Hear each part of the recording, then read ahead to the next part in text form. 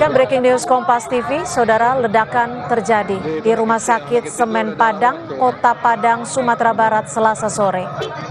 Dan inilah kondisi ruang tunggu di sekitar Poliklinik Rumah Sakit Semen Padang. Usai terjadi ledakan sekitar pukul 15.30 waktu Indonesia Barat.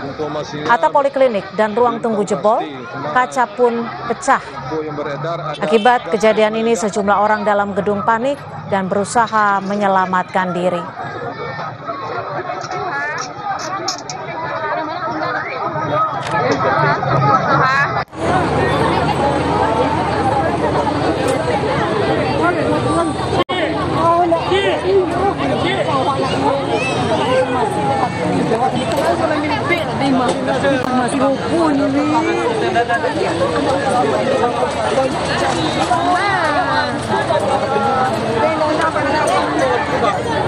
Dan saudara, ini adalah visual terkini usai ledakan terjadi di Rumah Sakit Semen Padang yang terjadi pada pukul 15.30 waktu Indonesia Barat. Sejumlah pasien dan juga keluarga yang sedang menunggu para pasien ini panik dan berusaha untuk mencari tempat yang lebih aman dan juga keluar dari gedung. Kalau listrik kan mati saja kan? Belum diketahui pasti informasi terkait penyebab dari ledakan yang terjadi di Rumah Sakit Semen Padang.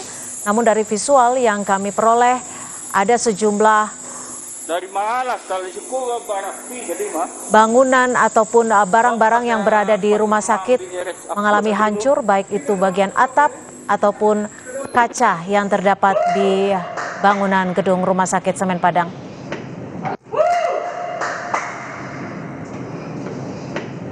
Usai kejadian, pihak kepolisian masih melakukan olah TKP atau olah tempat kejadian perkara di Rumah Sakit Semen Padang. Pengecekan juga terus dilakukan untuk memastikan tidak ada lagi pasien yang berada di dalam gedung Rumah Sakit Semen Padang.